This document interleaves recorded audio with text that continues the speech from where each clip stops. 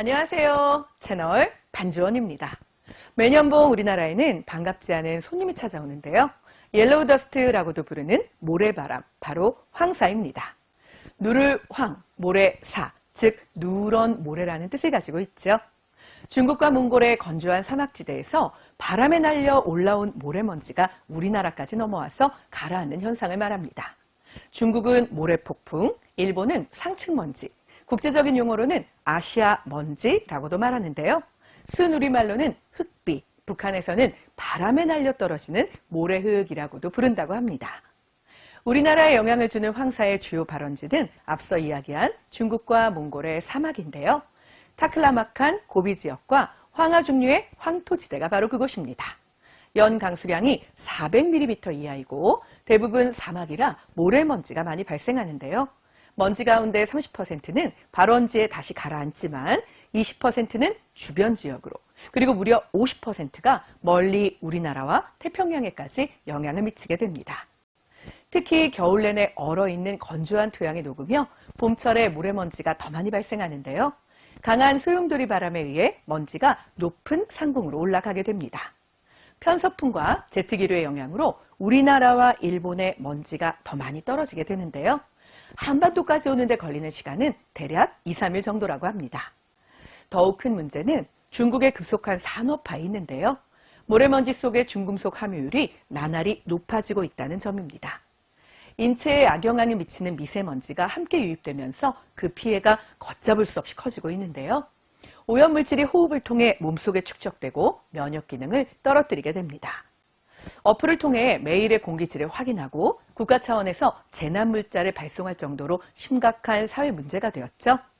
지구온난화를 억제하거나 토양과 호수의 산성화를 방지하는 일부 긍정적인 역할도 있긴 하지만 우리 생활에 워낙 큰 피해를 주기 때문에 부정적 영향이 훨씬 더 큽니다.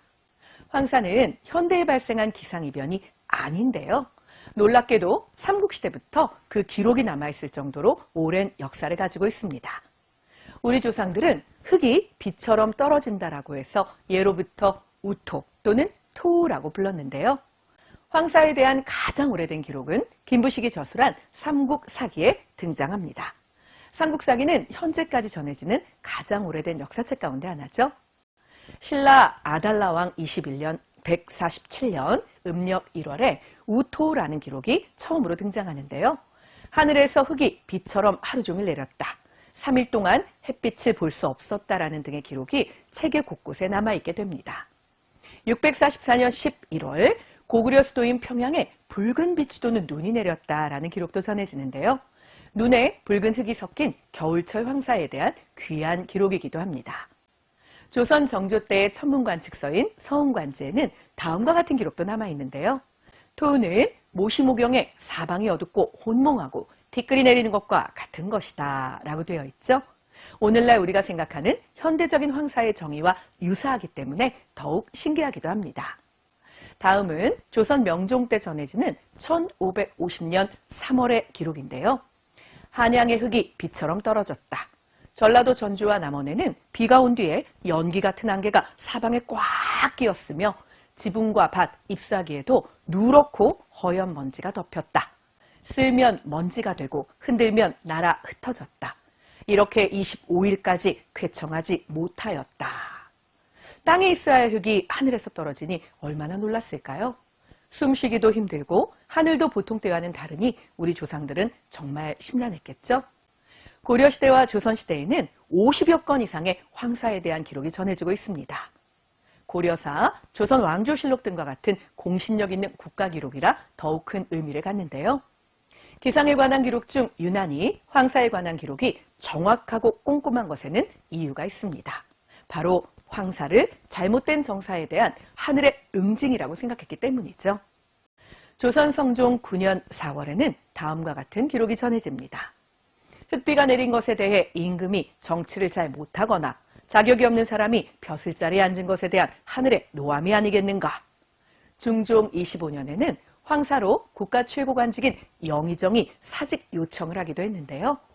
영의정 정광필이 아뢰기를 봄부터 재변이 일어 흙비가 오고 피비가 내립니다. 국고도 텅 비어 백성들이 공공하고 지쳤지만 그 진유를 계획할 계책이 없습니다.